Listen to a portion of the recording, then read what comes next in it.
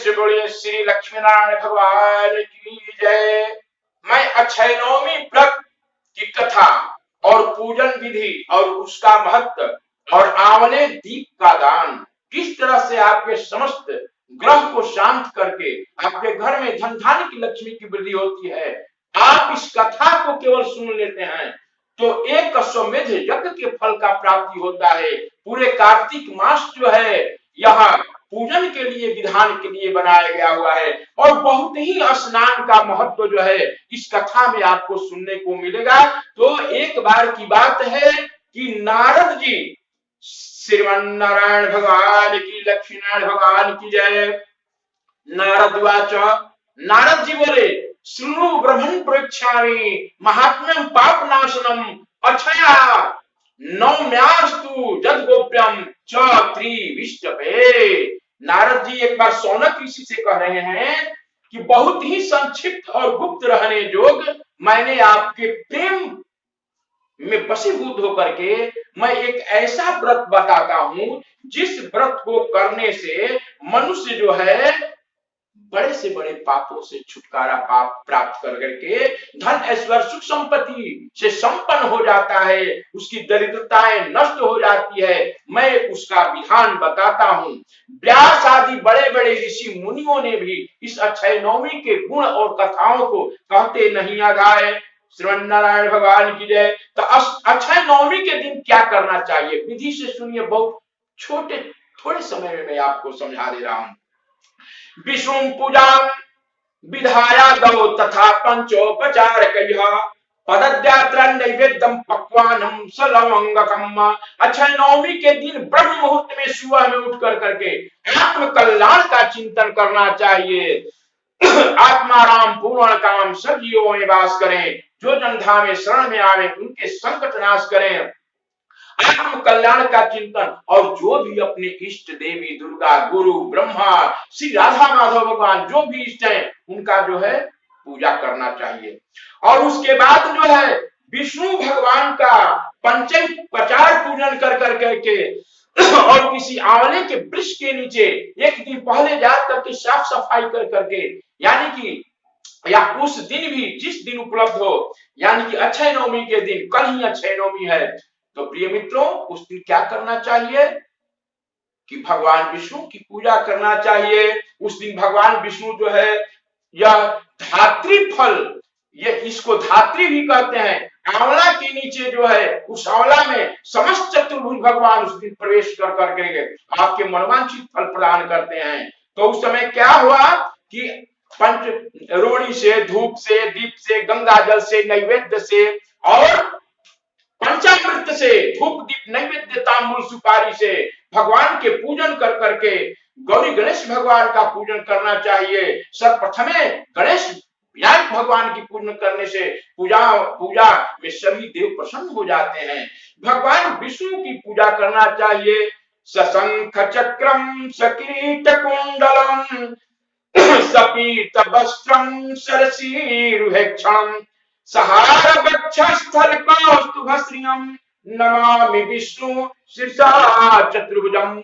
और नैवेद्य पकवान और सुंदर सुंदर भोजन, बहुत सुंदर स्वादिष्ट सुस्वादु व्यंजन उस दिन परमात्मा खाते हैं। आंवले के नीचे भोग लगा करके इसमें जीरकम नागरम कृष्णम मरिचम दांडिमम तथा नारिकेलम चल फलम च अति कुष्मांड कांचनी युक्तम।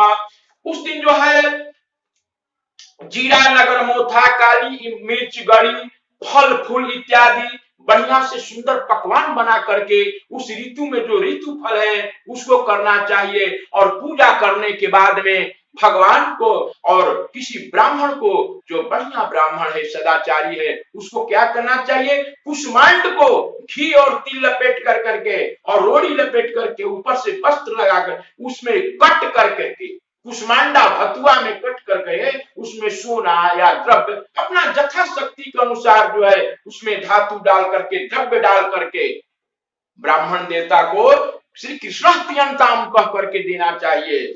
और देने के बाद में उसका फल क्या होता है, सूर्य ग्रहे कुरुक्षेत्रे तुला दानस्य यत् फलम तत् फलम लभते मत्र से कुष्मांडा दानता सूर्य ग्रहण के अवसर पर जो तुला दान करने से फल मिलता है, अक्षय नवमी को कुष्मांडा दान करने से वह महापातक युक्तोपि तद्युक्तो च उपतपाक नर विशुद्ध मुक्तो ही जमलोकम न वो मरने के बाद कभी जमलोक का मुंह नहीं देखता है, इसलिए वह अपना इच्छा के अनुसार प्राणी सुख दुख भोग कर करके और स्वर्ग की प्राप्ति होता है। कई कथा सौनक जी, नारद जी करें सौनक ऋषि से, कारण कि सौनक जी बोले कि हे नारद भगवान, नारद देवता देवर्षि नारद, इस कथा को कौन कहा किया था सबसे पहले? तब बोले कि इस कथा को जमुना के तट पर निकटवर्ती क्षेत्र ग्राम में राम शर्मा नाम के ब्राह्मण थे और उनके दो पुत्र थे, एक कृष्ण शर्मा और एक धनंजय। ब्राह्मण जो है अपने सत्यनिष्ठ धर्म आचरण के बदौलत बहुत सारे इकट्ठा धन किए हुए थे और कृष्ण भक्ति में भगवान का श्री श्री राधा माधव कुंज बिहारी जी का नाम लेकर करके अपने परम धाम गति को प्राप्त हुए। मृत्यु के बाद वो दोनों लड़के जो है किसी घर में वयोवृद्ध किसी गार्जियन को नहीं रहने के चलते, माता पिता को मर जाने के चलते मनमानी हो गए, दारू शराब वैश्यागामी अनेकों कर्म के पापा कर्म में विलुप्त हो गए, वेश्याओं का साथ करने लगे और इसी में कमाया हुआ पिता का सारा धन सत्यानाश हो गया। जब धन नाश हो गया तो चोरी करने लगे। अब जब चोरी करने लगे चारों तरफ, तब क्या हो गया? चोरी करते करते एक दिन राजा पकड़ करके और सभागार में जब राजा के दूत लाए तो बोले कि इसको दंड दीजिए महाराज जी, गांव भर में चोरी कर रहा है, सब आतंक फैलाया है, ब्राह्मण का लड़का होकर कैसे काम कर रहा है। तो बोले कि इसको तो मैं वध नहीं कर सकता हूं, लेकिन मेरे राज्य से इसको निकाला, इसको हटाओ मेरे राज्य से। अब राज्य से जब हट गए तो जंगल में चले गए। जंगल में जा करके, जंगल में क्या है, मांस है, मच्छी है, भक्षी है, ये सब खाने लगे। पापा कुछ दिन के बाद में सिंह इसको लपेट दिया, सिंह जो है खा गया दोनों आदमी को। यह मर करके कहां चले गया? जमपुरी में जमराज के जो दूत जो हैं इनको पकड़ करके ले गए। तो जमराज के दूत ले गए तो जमराज ने चित्रगुप्त जी को बोला कि जरा इसका लिखा उखा डायरी दोनों को देखिए क्या हाल है। हम लोग का किया हुआ पुण्य और पाप, दिन और रात, सूर्य चंद्रमा तारे सितारे सभी अंतरात्मा में बैठे हुए परमात्मा, यह कभी भी खत्म नहीं होने वाला है। हमारे जो अनित्य आत्मा है उस आत्मा के साथ ही जो है हमारा मन बुद्धि चित्त का संस्कार जो है जाकर के दूसरे जोनी में मिल जाता है। और वहां पर आंख लाल लाल करके चित्रगुप्त बोले, अरे महाघोर पापी काम किया है सब, इन लोगों को ऐसा करो, एक को तो ले जाओ स्वर्ग में और एक को ले जाओ नरक में। तो धनंजय को स्वर्ग में और कृष्ण शर्मा नाम था वो नरक में। नरक की दुख यातनाएं बहुत ही काफी है।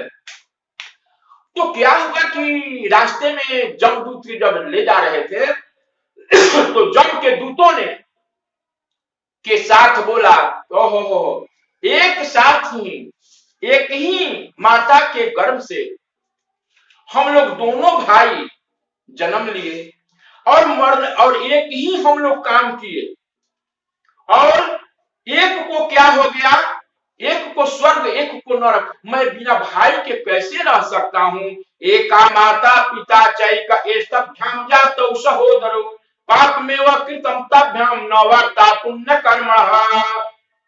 एक भी पुण्य कर्म नहीं किया, पाप ही पाप किया। एक भाई के साथ ऐसा व्यवहार एक साथ के बाद, मैं तो नहीं रह सकता हूं बिना भाई के बिना। हम भी बल्कि वहीं चले जाएंगे, वो अच्छी बात है, लेकिन ये बताओ कि कौन सा ऐसा पुण्य कर्म है? हे भाई, दो चार कदम चलने के बाद आदमी मित्र हो जाता है। तो जम के दूत ने बोला कि तुमको हम नमस्कार करते हैं, तुमने पुण्य आत्मा है इसीलिए तुम स्वर्ग में जा रहे हो कलश की, लेकिन तुमसे मैं प्रसन्न होकर के मैं बता रहा हूं, तुम एक बार अपने गुरु जी के साथ